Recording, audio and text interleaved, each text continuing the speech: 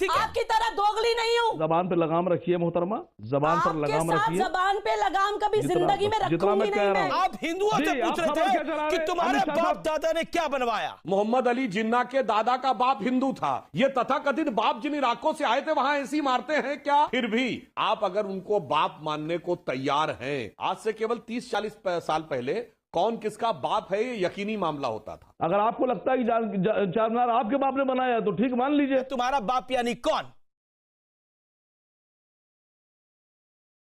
इन मदरसा छाप के मुंह से आपने एक चीज हमेशा सुना होगा कि ताजमहल ने तो हमारे बाप ने बनाया है, चार मीनार तो हमारे बाप ने बनाया है, लाल किला तो हमारे बाप ने बनाया है। उसी पर खड़े होकर नरेंद्र मोदी 15 अगस्त 26 जनवरी को झंडा फहराते हैं। मतलब ये एज इट इज ये बोलना चाहते हैं कि हमारा जो बाप था वो असल बाप मेरा मुगल था, क्योंकि ये सब तो मुगलों ने बना है। हालांकि वो भारत का ही पैसा लूट के भारत के ही हिंदुओं को कन्वर्ट करा के उसी की बहू बेटियों के साथ क्या किया वो आप लोग सभी जानते हैं। कि हमने 800 सालों तक हिंदुस्तान पर गाजे बाजे के साथ राज किया है। हिंदुस्तान का वजीर आजम जिस लाल किले से झंडा फहराता है वो मेरे बुजुर्गों ने दिया है। ये जो चार मीनार खड़ा है हैदराबाद में वो सबसे बड़ा सबूत है जिसे मेरे बाप ने बनाया है, तेरे बाप ने नहीं। ये उनके बयान, उनका कथन है। ये बता, ये कहने की क्या आवश्यकता थी कि मेरे बाप ने चार मीनार बनाया है, तुम्हारे बाप ने क्या बनाया? तुम्हारा बाप यानी कौन?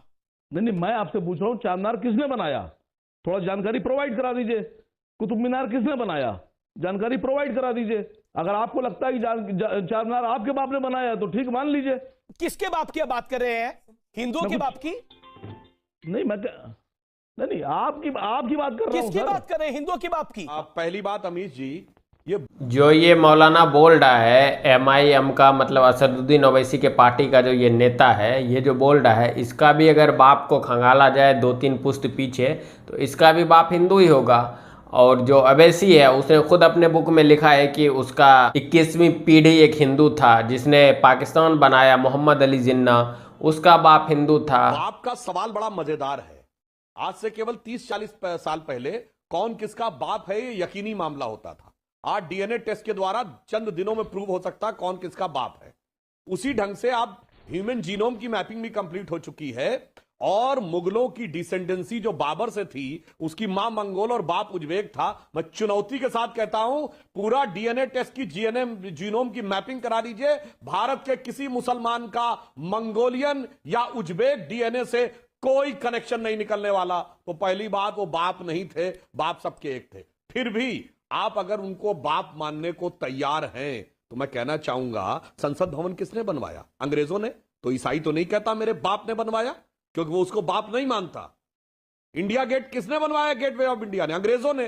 तो भारत का क्रिश्चियन तो नहीं कहता मेरे बाप ने बनवाया। ये मुसलमान कहां से मानने लगे कि चार मीनार मेरे बाप ने बनवाया? ये इसलिए बोल रहे हैं लाल किला, आगरा का ताजमहल, कुतुब मीनार, चार मीनार जो भी है ये मुगल को एज इट इज अपना पिता मानते हैं, उसको अपना अब्बू जान मानते हैं, इसलिए बोलते हैं कि हमारे बाप ने बनवाया है। और ताजमहल मेरे बाप ने बनवाया और ये क्या कहते हैं आगरे का लाल किला मेरे बाप ने बनवाया। चल भैया अगर एक बार मान ले कि बाप ने बनवाया तो अंग्रेजों ने जो बनवाया उनके यहां तो प्रूफ मौजूद है, ऐसी ऐसी बिल्डिंगें हैं, उनकी किताबें मौजूद हैं, उनके इंजीनियर मौजूद हैं। ये तथाकथित बाप जिन इलाकों से आए थे वहां ऐसी मारते हैं क्या?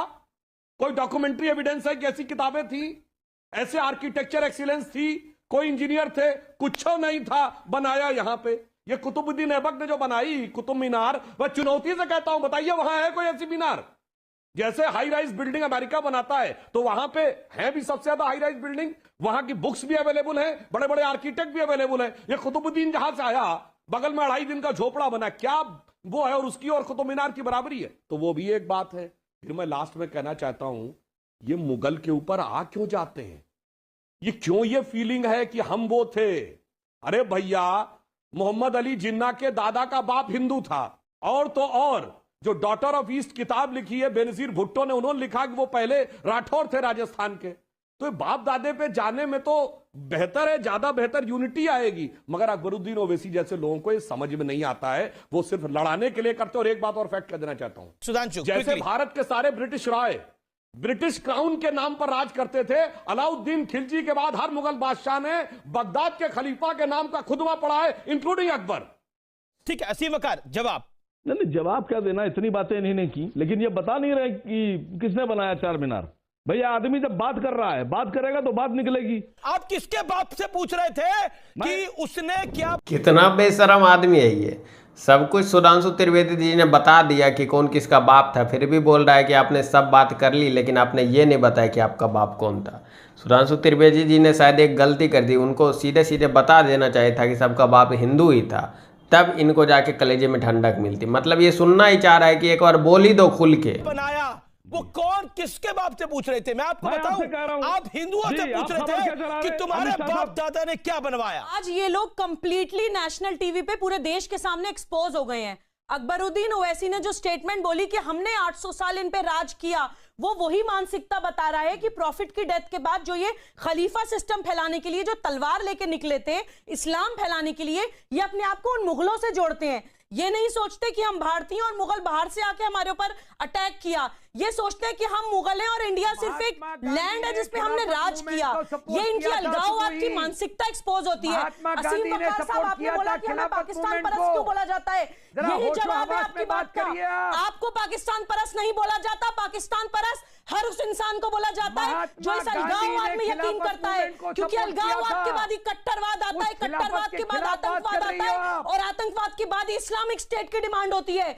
जो इंसान अपने आप को इस भारत की संस्कृति से अलग समझेगा, चाहे वो हिंदू हो चाहे वो मुसलमान हो, उसको पाकिस्तान परस्त बोला जाएगा। और एक बात मैं इनको और एक्सपोज करती हूँ, जो उम्मत का कॉन्सेप्ट है ना, जो मुसलमान होने की वजह से अपने आप को मुगलों से जोड़ते हैं। अगर कोई मुसलमान आपके घर पे आके कब्जा कर ले, तब आपको मुसलमान नहीं दिखाई देता, तब आपको उम्मत नहीं दिखाई देती, तब फौरन उसको निकाल के बाहर करेंगे, कोर्ट में पिटीशन डालेंगे या पुलिस की मदद लेंगे। लेकिन देश में आके अगर वो लोग राज करने लगे, अलगाववाद करने लगे, देश को तोड़ने लगे, तो अपने आप को उम्मत से जोड़ लेते हैं। इसका मतलब आप इस देश को अपना घर नहीं मानते, तो आपको पाकिस्तान परस्त नहीं बोला जाएगा, तो क्या बोला जाएगा? ठीक है, असीम बकार, देखिए बात समझिएगा। देखिए जितने भी सुबुही जी को सुना, वो सब समझ गए कि नाम सुबुही खान है, लेकिन दिल में कोई और है। नाम सुबुही खान है, लेकिन दिल में देश का सम्मान है। आपकी तरह दोगली नहीं हूं। वो सब समझ गए, वो समझ गए। जबान पे लगाम रखिए मोहतरमा, जबान पर लगाम रखिए। जबान पे लगाम कभी जिंदगी में रखूंगी नहीं। ये बकार साहब सुबही खान को बोल रहे हैं कि लोग समझ गए कि इसका नाम सुबही खान है, लेकिन अंदर क्या है। लोग तो आपको भी समझ गए कि आपका नाम बकार है, लेकिन आपके असली बाप कौन है, असदुद्दीन ओवैसी के असली बाप कौन है, या फिर जितने पाकिस्तान, बांग्लादेश, अफगानिस्तान, हिंदुस्तान के मुसलमान हैं उसके असली बाप कौन है, सभी जानते हैं। लेकिन प्रॉब्लम यह है कि आप लोग एक्सेप्ट नहीं करते हैं कि आपके असली बाप कौन है। आप इनके बाप के बारे में क्या बताना चाहते हैं, नीचे कमेंट करके ज़रूर बताइएगा। चलिए मिलते हैं आपसे अगली वीडियो।